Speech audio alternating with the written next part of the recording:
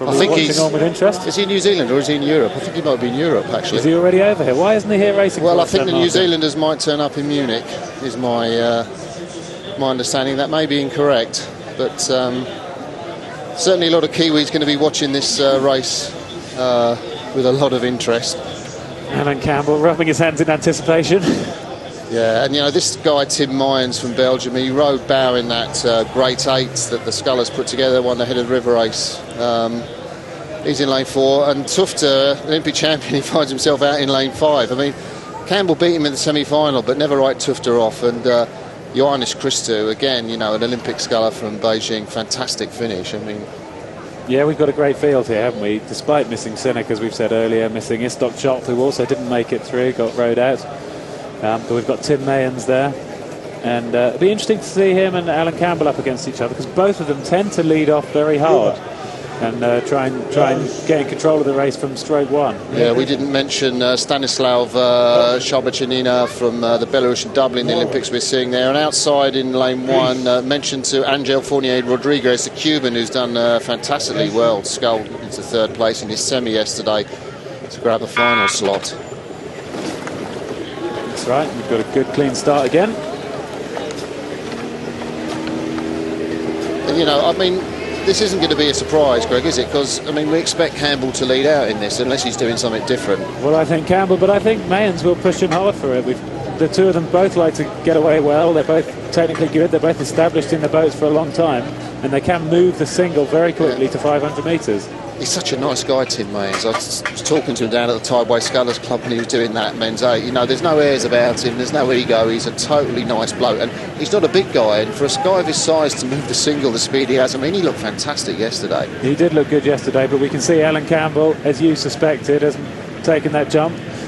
I think they know what they're going to get when they race against Alan Campbell. He gets the hammer down and off he goes. I don't know what you think about that, guys, but, you know, do you think Campbell would try something different in his tactics as we look at the Belarusian sculler, who was very strong in that Belarusian double scull, gave the New Zealanders a scare in the heat. They led them for miles in the Beijing Olympics. But there's Campbell out in front. What do you reckon?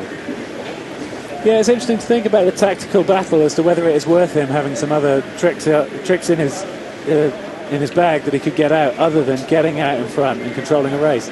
But I guess for him, this worked for him as he came through towards the Beijing Olympics, and then he was so disappointed to get that leg infection, which took so much time out of his training. So I can't help thinking he still wants to keep attacking it the same way, because he must have a mission that he hasn't been able to complete yet. Yeah, well, Alan's like a man with a mission throughout his life, actually. I think every time he's got him in his mission to do the Olympics despite his leg, and going through in 500 in the lead there, and his mission to prove that he can make it in the World Cup this year and get a medal in the World Championships, which will be his first medal. Yeah, that medal's eluded him, hasn't it, at the World Championships when it comes to the end. Always impressive in the World Cup, impressive in the early season, but he hasn't managed to put it together when it comes to the one at the end of the year, the World Championships or the Olympic Games. No, and that's why I think in terms of different tactics, I mean, you take Campbell to win. I mean, he won the first World Cup from 2008 and then sort of faded off, and Tufte, having by the looks of it, a better scull than he had in the semi-final yesterday, up level with Mayans. Tufte in lane 5, level with Mayans there, as Alan Campbell looks to try and break the field and get clear water. But Tufte, he's a slow starter, both in terms of the race and in terms of the season.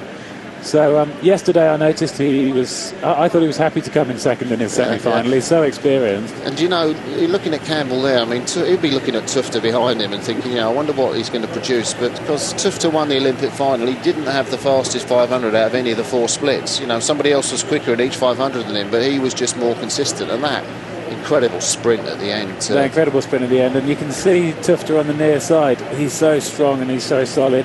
He's only at 33 strokes per minute, but he moves his boat a long way. And look at the strength of his back. Look how strong he is. I know, and he's kind of like got a bear. Yeah, in the boat. he is. Norwegian fireman. I mean, and of course the one surprise absentee from this is Ondrej Sinek from the Czech Republic. We said that apparently reportedly had hay fever. Simon managed to get the inside track, which kept him out yesterday. But Way went on and won the small final today. Yeah. Spot of rain this morning, quite the pollen there. So that's right. You know, early season you take Campbell to win, but you know, because you got the Olympic champion, you know what he can do. Basically, it could be a race on in the last 500 metres. Take it from me, in the single scull, half a foot of clear water doesn't count as time to relax. There's full pain going on. Every stroke matters right now. And this third 500, we see it happen time and time again, don't we, where so much can happen in the third 500, and this is the time to make an effort because everyone's going to struggle. Yeah, and of course, Greg talking from experience there. Greg Searle, the last British athlete to medal in the singles in 1997 in Neg Ballet. Yeah, no, it's a wonderful year to get into the single scull and have control of my own training, work with the coach I wanted to work with, Harry Mann it was at the time. Fantastic New Zealander, fantastic technical coach who helped get the best out of me. And this was a man at that time just coming onto the scene. The Norwegian Tufte. He's racing Campbell. He's had a look across there. Oh, he's racing. And if I was Campbell, I would not be relaxed having him sitting 2 lanes away from me, knowing what he can do in the last 500. I'll tell you what, though, Campbell does look good out there, doesn't he? Campbell looks good. He's responded to it, and right now it's a bit like Kath Granger. It's an inch a stroke, and he's managed to keep moving away. And even in this third 500 where things are tough, he's managed to inch away. You know, I mean, I wonder if you've got to race the people you're racing, but I mean, having a mind to Mahe Drysdale, who's basically, fantastic in this third 500, is Campbell thinking I'm racing Mahe in this third 500? I've got to move away from him as well, because that's where I'm going to get a medal if I do it this year. I think you're right. I think he needs to be aware of who's going to join this field and whether he can keep pushing away. He's pushing away hard at 34.5 strokes per minute. You see his teeth gritted, and he's got to keep moving. But I think he needs to keep his mind on the job to be done today, and it's a stroke, one stroke at a time right now, and making sure each one's clean, tidy, and he keeps trying to keep Tufte at bay because he doesn't want Tufte to get an overlap, because then Tufte might get a bit between his teeth. Well, 2.69. I mean, Tufte could do it, but would you bother for the first World Cup of the season? I mean, would you just say I'm happy with a medal? Well, would I bother? I certainly would. Would Tufte bother? Who knows? It looks like Campbell's taking it up as he hits the last 500. It's an obvious marker. It's an obvious time to go. Yeah, Tufte just moved through Mayans. I mean, the old order is pretty much going to stay the same there. You're right, and we don't know what training necessarily has gone on for Tufte during the winter time, and as we say, he starts the season slowly, he starts his races slowly, and whether he might let this one go and he might have written it off and thought Campbell's got it. I don't think he'd be writing it off. I wouldn't be writing it off. I'd be wanting to push. And let's see him now. What's he looking to do? Is he looking to make a change of pace? Is that little jump, little 35, probably going up through the race. I've got him at 36, so I think he's already moving up. Yeah. I'd say that was Campbell's race now. I think this is Campbell's race. And the way Tufte's having to respond to Mayans. Yeah, Mayans is going for it, isn't he? Mayans going to want a piece of the Olympic champion, isn't he? If you get alongside an Olympic champion, first race after games, you don't want to get rode out by them. But it's Campbell in control, isn't it? Yeah, and now he's sprinting. He looks a bit forced, actually, doesn't he? Look at Tufte go. Look, whoa, look at him move. That was just like the Olympics. He's just moved out, taken about 6 feet out of Mayans there. We're seeing some great sprinting now, up at 40 strokes per minute. Mayans trying to respond, trying to go with Tufte, but Tufte's giving it everything he's got. He still can't quite get that overlap with. Yeah, Campbell coming to the line. Campbell is going to win that, and he's just hanging on to that length of clear water, that little bit of clear water through the line. Campbell crosses the finish